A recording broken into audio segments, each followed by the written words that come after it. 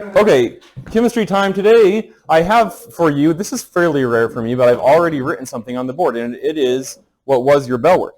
And today we're talking about these kind of things, and we are talking about what do all these things have in common besides that you had a strong perceived struggle as to how to do them, which you shouldn't have. What do they all have in common besides that?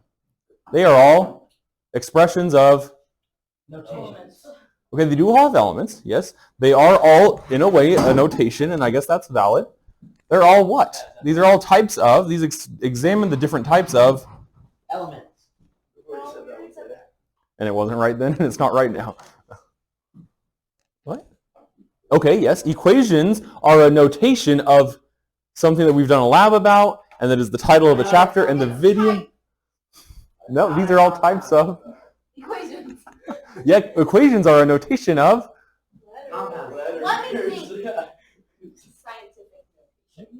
No, colder. Thank you. Someone give that woman a high five. Chemical reactions, and we abbreviate in chemistry. This is your first thing you should probably take notes on. A reaction is abbreviated RXN. Capital R, capital X, capital N is an abbreviation that we agree upon for reactions. In each of these chemical reactions, let's start with, I'm going to put a little blue line in between them so you can tell where one starts and the other one stops. You can see all these pretty good on camera. Well, I'm going to, using the first one as an example, I'm going to circle something in orange here, and I'm going to circle something else in red. And I want you to, even though we've had a struggle with this before, I want you to tell me how do I identify the things that are circled in orange? These are the reactants. Shining, it's one ramrock so far. Reactants, and in this case, there's just one, but there can be more than one. This is the product. Yeah. Okay? This is the most basic principle of chemical reactions, to the point that you should already have remembered this from physical science, and that oftentimes in chemistry, I don't even necessarily remind people of this, but it's okay. We all need reminded sometimes, and it was vocab words. What do we call this little thing I'm circling in blue right now? Plus. You got it! Yep. Plus. What about this other little guy that I'm going to circle in purple? An arrow. Nope. No, it is. You're not wrong. We do say on one side of the arrow or the other. Yeah, yields is how we pronounce this. Yields, or sometimes undergoes. But, so here we can now read it. We can translate this back from what your bell work was to write this in symbols. We can translate it back to these are called word equations, and these are called skeleton equations, like the skeletons from the Necromancer's Tower. Yeah. So we can now read this if we can in our head translate words to symbols and symbols to words, we can read this. Silver plus oxygen yields silver oxide. You'll recognize that from the bell work. Silver plus oxygen yields silver oxide. Do you see, I hope because it's been done for you and you have kind of done it, do you see how to translate between skeleton equation and word equation? That's one and the most basic skill for this chapter. Translating from word equations, like those given in the bell work, to skeleton equations. If you are watching this video in the future or from some other place and you can't see the bell work, I have on the bell work just written out the exact words. Silver plus oxygen yields silver oxide. That's a word equation. This is a skeleton equation. Why does he keep calling it a skeleton equation? Isn't this just a chemical equation? There's no skin. Okay, so you're not wrong. There is no skin in this. Because it is straight to the point. Okay, because it's straight to the point, meaning it's lacking something.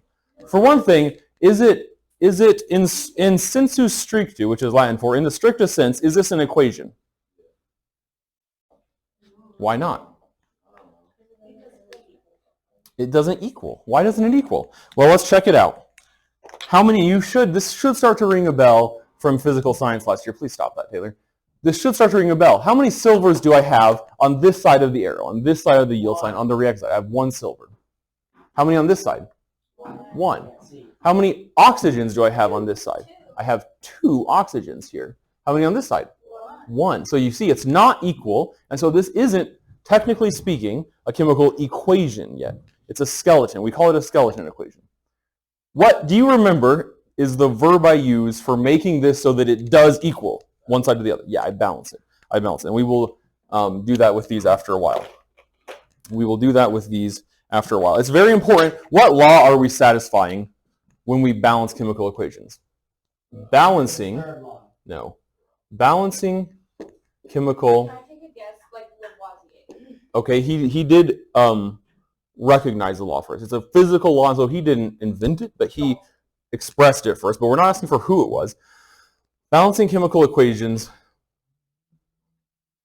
satisfies, I hope you're writing something down because I'm writing something down, satisfies, I start the law of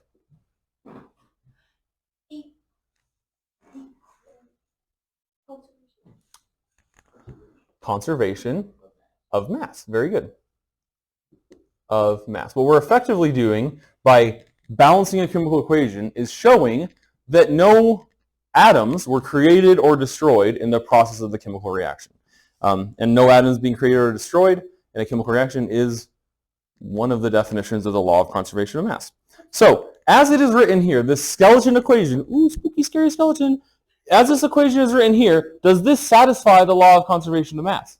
No, because it seems like, what does it seem like? What's the word after equations? Yeah. Satisfies. What does it seem like here, as the way we described it earlier? It seems like we had 1 silver and 1 silver, and now we have 2 oxygen, only 1 oxygen. It seems like what happened? It seems like we lost an oxygen. We know that can't happen in reality, and we want our equations, in order for them to be equations, they need to reflect reality. So what we do is we balance it. What can we do to balance it? You could add an oxygen. Can I? No, you can delete. Can I? You could add two the reactants. Okay, and you say add to, meaning what? Multiply by 2. So let's I'm going to do it the right way first. If we put a 2 in front of the AgO, I hope you write this down. I would write on a different line if I were you because it's getting a little bit messy up there. Ag plus O2 yields AgO. The first thing we can do is multiply that by 2. This, putting a coefficient here to multiply things, is valid because we can get some multiple of the right number of a certain substance. Does this satisfy the law of conservation of mass? No. Why not? In that equation, AgO has 2 on each of them. Mhm. So AG on the other one would also need a 2. Exactly right. So in this case, we have, it seems like we have started out with 1 silver and now it has become 2 silver. And that's a reverse violation, but still a violation of the law of conservation of mass, colleagues. And so, as Shylin correctly says, we can multiply now this silver by 2, giving us a total of 2 silver and 2 oxygen. So on this side we have, when I say on this side, I'm talking about relative to the arrow or the yield sign. 2 silvers on the left, the reactants. 2 silvers on the right, the products. I have 2 oxygens on the left, and I now have, this distributes, and so I have 2 oxygens on the right as well. Is this balanced? Yes. Oh yes, we did this in biology this year, we did this in physical science, we even did it when we were in 8th grade science. Thank you for at least remembering. Okay, so that's called to balance this chemical reaction. So that one now is balanced. And now when it's balanced, it's no longer a skeleton equation, it's now just a chemical equation.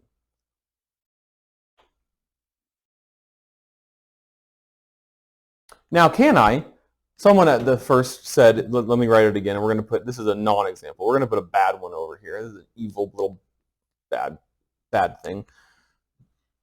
Why can't I just do that? Let me erase that. I'm going to put it in a different color. Why can't I, in fact, I'll erase all of these and put them in a different color so you can tell it the right way versus the wrong way. Why can't I just do that? Because it only oxygen. No, it's balanced. It balanced. Is this the same as this? No. No. Remember that. Oh, yeah, that's a subset. Yeah, remember this is telling us about the ratio of these two things as they are bound together. Well, let me put this in a different way. Is this the same as this? What's this? Water. Water. And what's this? Do you know? You should know from your lab. It's hydrogen peroxide. hydrogen peroxide. Those two things are not the same. You remember the joke that someone tried to tell me yesterday that made me slap them in the face, which was a chemist walks into a bar and he says, I'll have an H2O. And the next chemist walks in the bar and says, I'll have an H2O too. And he died. And it's because of this, that H2O2 is a different thing from H2O. None of your business, but they are now, they're passed away. I don't abide that kind of thing in my life. So anyway, but this H2O is not the same as H2O2. What's different about them? Do they have different elements? No, the only thing different about them is the, what math word? Okay, yeah. The only thing different about them is their ratio. This one has 2 hydrogens for every 1 oxygen. This one has 2 hydrogens for every 2 oxygens. But they have totally different chemical properties. And so we can't just, I hope you're writing this down instead of doing nothing, we can't just change the subscripts because that just totally changes the properties of the substance. Can't change subscripts. Question mark, question mark, question mark? X, X, X. Don't do it like that. When you are putting in new subscripts, you are changing the formula, and that does not fly. You cannot do that in these kind of problems. What can you change? This is the good cop part of it. What can you change?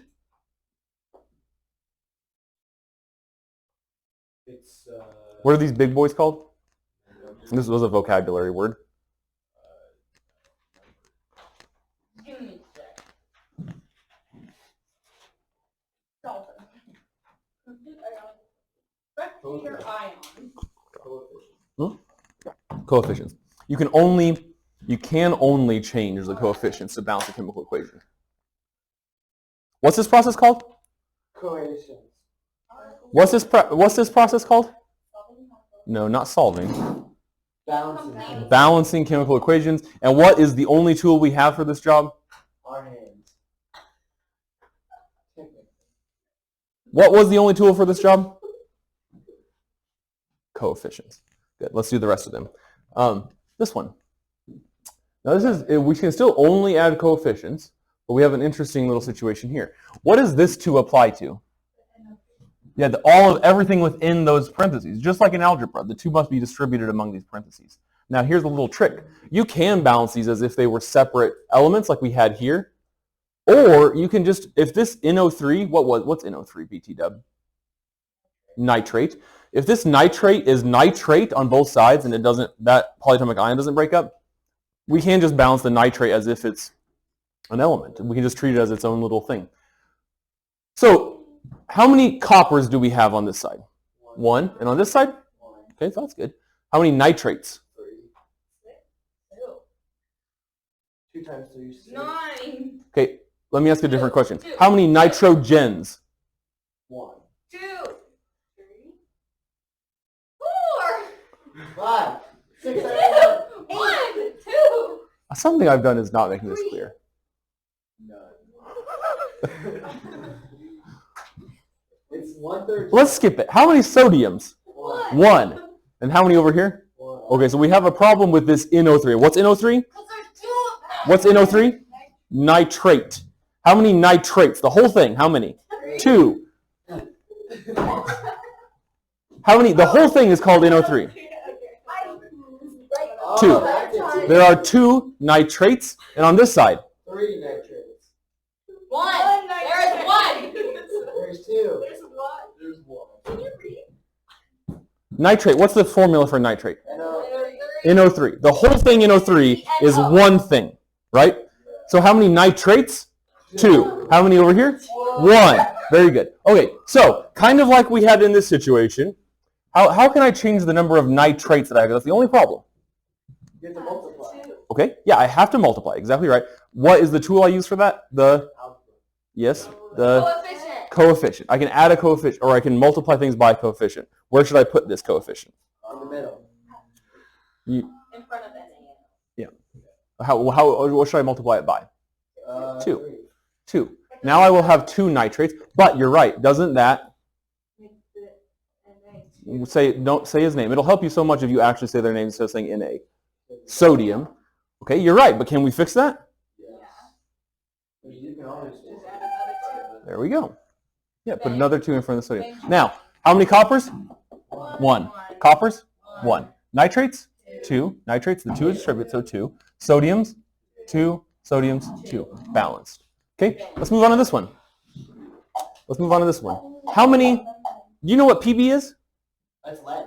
It is lead, very good. If you said peanut butter, I saw your mouths about ready to make that shape. I was going to put you out the window, but I don't have to now, so that's really good. I have to get my arm work out some other way. PB is lead, very good, Taylor, thank you. How many leads? 1, over here, 1. Nitrates? 2. 2 nitrates, here, 1. So I already know what to do. I'm going to put that there. Potassiums? 1. On this side I have 2, so I might as well double that up. Iodine. Try again. 2. And over here, 2. So now I have balanced it. Once again, 1 lead, 2 nitrates, 2 nitrates, 2 potassiums, 2 potassiums, 2 iodines, 2 iodines. Yeah, okay. No, you better be quiet. Okay? Let's look at this one. What's CH4? No? What's CH4?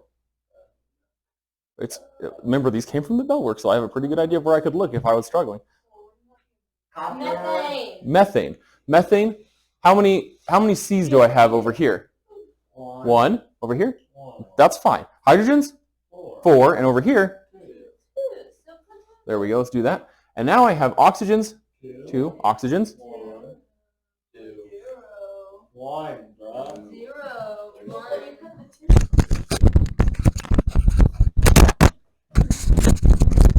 Let's try again.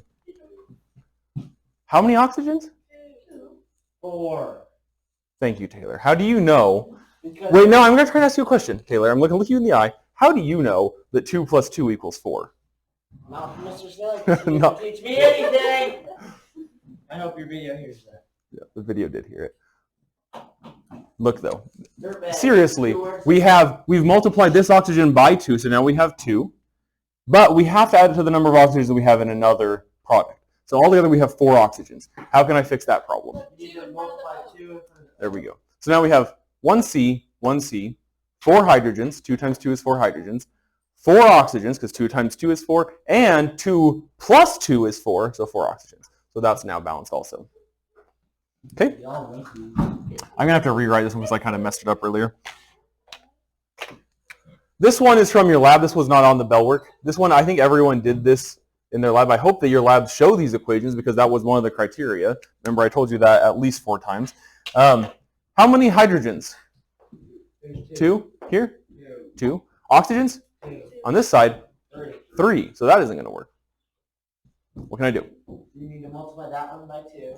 I don't know what that one means. On the left side. H2O, you got it. Okay, I'm going to put 2 in front of H2O. What else? And you put a 2 in front of H2. No, you need a 3. There is no H2, so I don't know what you're talking about. H2O. I did. You would put a 2 in H2O. front of H2. Oh, okay. So 4 hydrogens, 4 oxygens, 2 times 2 is 4. 2 plus 2, again, is 4. That's balanced also. So that's how we balance them. Those are just some examples of how to balance. Now, let the record show that you can, sometimes you'll be given one. Let me think of a simple one we could do where this would be the case.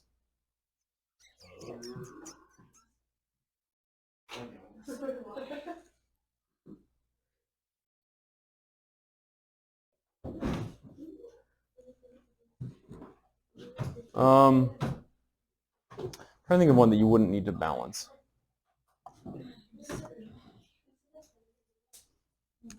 Shh, be quiet, please.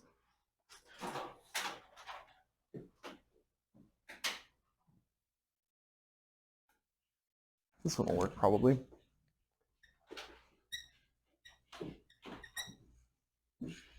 Sulfur usually doesn't exist as just S, it's usually SA, but we'll call it that for this time. Check it out. How many calciums? Oh, you guys are done for the day? 1. Calcium's 1 on this side, 1. Sulfurs, 1 on this side. 1. So do I need to write anything? Now listen to me. You have to, at least for my class, for my purposes, you need to write the word balanced underneath or beside it. Why? To show that Go write your name on the board. Who threw it? To show that it's balanced. Yeah, to show that you actually did the problem, but that it didn't. Put your name on the board, please. But to show that you did the problem. Oh, okay. Well, then put the name of whoever threw it on the board. to show that you did the problem, but that you didn't have to actually adjust any numbers. Okay, now the next thing is that we also have, these have different types as well. These reactions have different types. What do we call it when two reagents or reactants combine to form one other thing? You should know this from your vocab and from your lab. What we call it when two things come together to form one thing. I'm trying to think of a color I can use this. No. They are in the general form. You should write these down, please. For this one, it's in the general form A plus B yields AB. What do we call this kind of reaction? Of which this is an example. You had this in your bell work. The bell work was write the type. Did you not write the type? What type was this one? Ionic. Double compound. Finally, synthesis.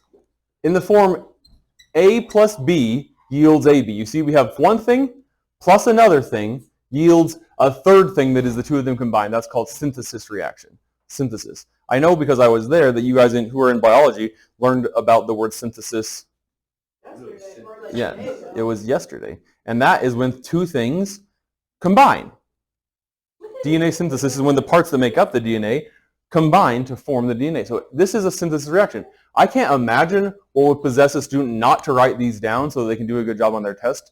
But if I were you, I would write them down. This one is in the form, we have this thing combined with this thing, but they switch. You see, we had copper nitrate and sodium, and now we have sodium nitrate and copper. So we can call that AX plus B yields BX plus A. What would we call one that was like this? Compound.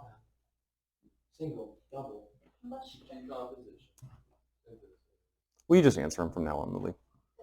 This is a single I said that. displacement. You said 18 things.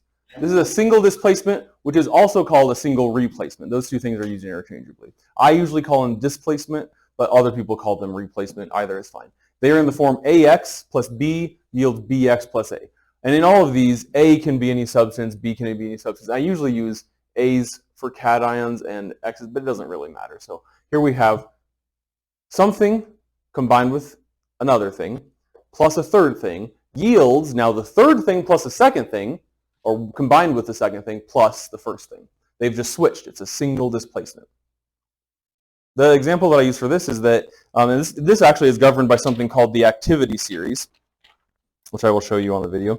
There's an activity series which you can turn to in your book on page 293, but it's also found in your book on this. You see that there? There's an activity series both for halogens and for metals, and the more active things will replace less active things. More reactive things replace less reactive things. The copper, if you look at that list, you can see copper is lower than sodium. And that means the nitrate would rather be bound to the sodium than the copper, and so they switch. The nitrate switches over.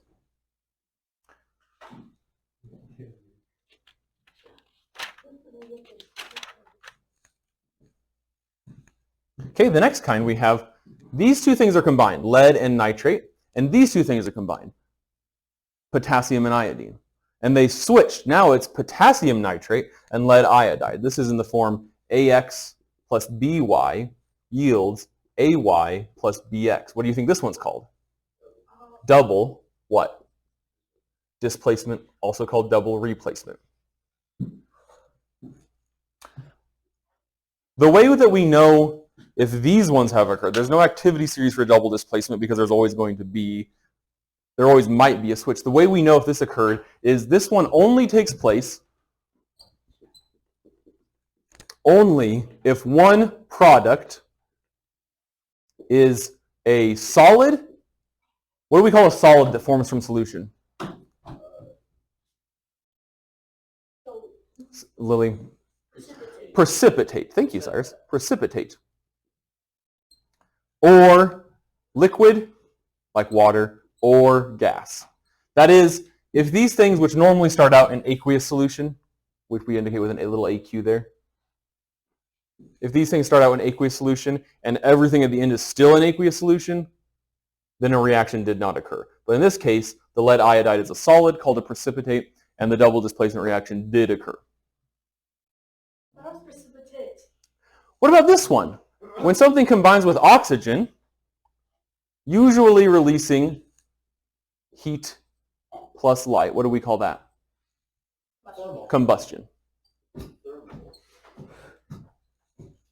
And in this one, we have the form AB, these two things are combined, yields A plus B. We can think of this as the opposite of a synthesis. What's this one called? You're right, decomposition. It has decomposed, it has broken apart. One thing breaking apart into these two others. Usually these reactions are energetically favorable. The hydrogen peroxide just on its own breaks down into water and oxygen gas. But we can speed them along by using a catalyst, which is something that many of us did in our lab. We used a catalyst. And what's the job of a catalyst? You should know from your vocab and from your lab. Catalyst to start a reaction. To do what, Cyrus? No, not make a reaction. The reaction is happening anyway. Catalysts speed reactions and inhibitors slow reactions. Please be quiet. Catalysts speed reactions, inhibitors slow reactions.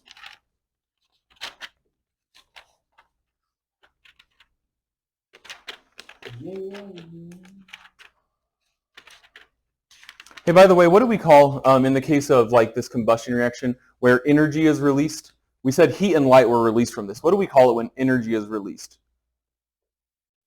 You should remember this.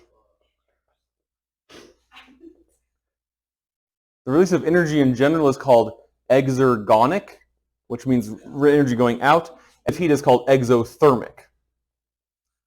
Each of these has a counterpart, which is the absorption. When energy is absorbed of any kind, it can be heat, but it can also be light or electricity. We call that endergonic. And when heat is absorbed, absorption of heat, we call that endothermic. What does an exothermic reaction feel like? If the reaction is releasing heat, what does that feel like? It feels hot. The reaction is releasing heat to the environment, and you are the environment, and so it feels hot to you. What if the reaction were absorbing heat? What would that feel like? Cold. Cold. Yeah, there we go. So the combustion reactions are usually exergonic. They're releasing energy, and they're also exothermic. They release heat energy. In this particular reaction, which is what your Bunsen burner does in the lab, does it feel hot? Yeah, some of us know better than others. Does it release light? Yeah, which is a type of energy, but it's not heat. And so it's both exergonic and exothermic. In fact, all exothermic reactions are exergonic, but not all exergonic reactions are exothermic. And a similar thing is true for endergonic and endothermic.